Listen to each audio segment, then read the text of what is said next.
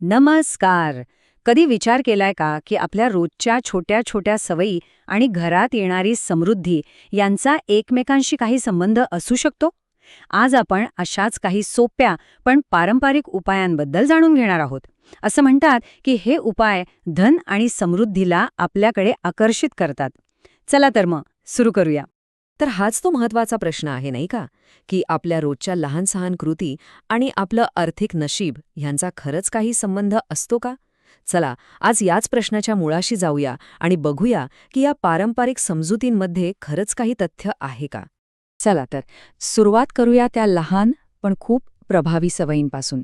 ह्या अशा गोष्टी आहेत ज्यांना आपण आपल्या धावपळीच्या आयुष्यात अगदी सहजपणे सामावून घेऊ शकतो आणि असं मानलं जातं की ह्यांचा आपल्या ऊर्जेवर खूप सकारात्मक परिणाम होतो.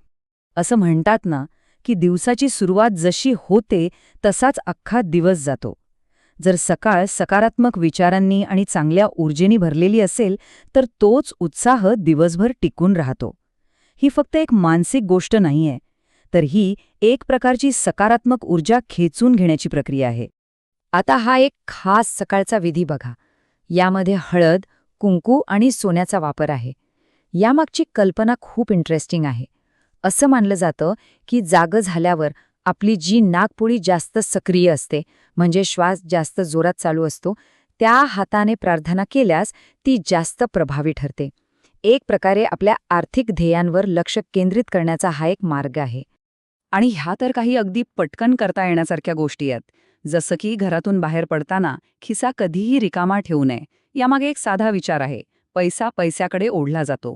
तसंच महत्त्वाच्या कामाला जाताना दही खाणं किंवा तुळशीचं पान तोंडात ठेवणं या गोष्टी शुभ मानल्या जातात. ह्या तर झाल्या आपल्या वैयक्तिक सवयी, पण आपल्या घराचं काय? आपल्या स्वतःच्या ऊर्जेइतकीच आपण जिथे राहतो त्या जागेची ऊर्जाही खूप महत्वाची असते. वास्तुतत्वांनुसार आपलं घर समृद्धी आकर्षित करणारं एक केंद्र बनू शकतं. चला बघूया घरात कोणते सकारात्मक बदल करायला हवेत. घराच्या ऊर्जेचा बॅलन्स साधणं खूप गरजेचं आहे. काही गोष्टी जसं की रोज सकाळी शंख वाजवणं किंवा घरात तुळशीचं रोप असणं या सकारात्मक ऊर्जा निर्माण करतात.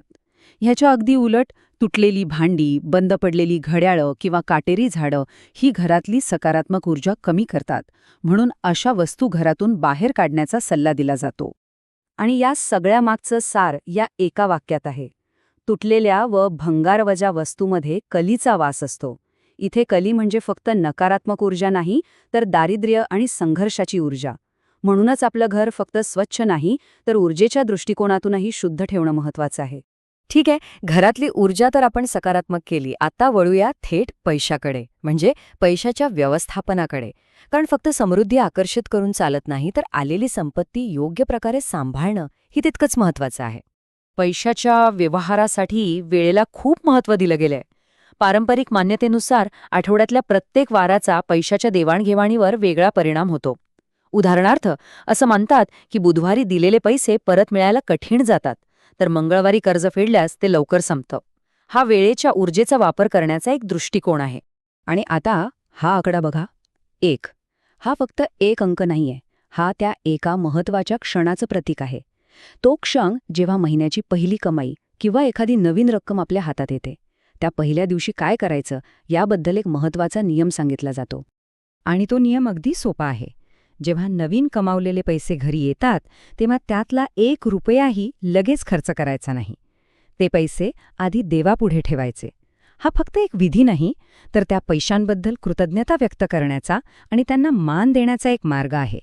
असा विश्वास आहे की असं केल्याने पैशात वाढ होते. आता हे सगळे झाले प्रयत्न, पण या प्रयत्नांना जर श्रद्धेची आणि प्रार्थनेची जोड मिळाली तर त्या प्रयत्नांना अधिक बळ मिळतं असं मानलं जातं. चला तर मग आता या विश्लेषणाच्या थोड्या आध्यात्मिक बाजूकडे वळूया आणि मंत्रांच्या शक्तीबद्दल जाणून घेऊया. मंत्र म्हणजे फक्त शब्द नाहीत, तर त्या शक्तिशाली ध्वनिलहरी आहेत. असं मानतात की त्या आपल्या सभोवतालच्या ऊर्जेवर परिणाम करतात.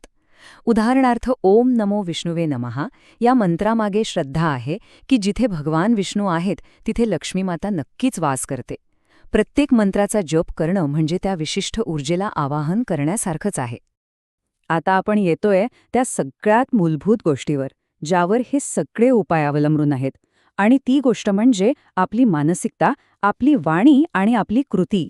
कारण खरी समृद्धी बाहेरून नाही, तर ती आपल्या आतून सुरू होते. ही एक खूपच शक्तिशाली संकल्पना आहे. वास्तू नेहमी तथास्तु म्हणत असते. याचा सरळ अर्थ असा की आपल्या घरातील ऊर्जा आपण जे बोलतो, जे विचार करतो, त्यालाच प्रतिसाद देते. जर आपण घरात सकारात्मक गोष्टी बोललो, तर वास्तू तथास्तु म्हणजे तसंच होवो म्हणते. म्हणूनच आपल्या बोलल्यावर आणि विचारांवर नियंत्रण ठेवणं खूप आवश्यक आहे. आणि हेच यातून स्पष्ट होतं. काही वैयक्तिक सवयी जसं की अस्वच्छता, कठोर बोलणं किंवा अवेळी झोपण्याची सवय, ह्या फक्त वाईट सवयी नाहीत, तर त्या नकारात्मक ऊर्जा तयार करतात.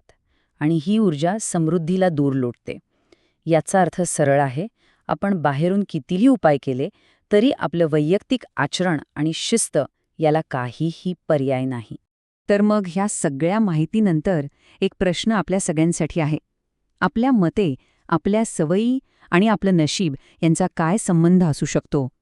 आपण जे रोज करतो, ज्या प्रकारे विचार करतो, तेच आपलं भविष्य घडवतं का? यावर नक्की विचार करा. कारण म्हणतात ना, उत्तर आपल्या आतच दडलेलं असतं.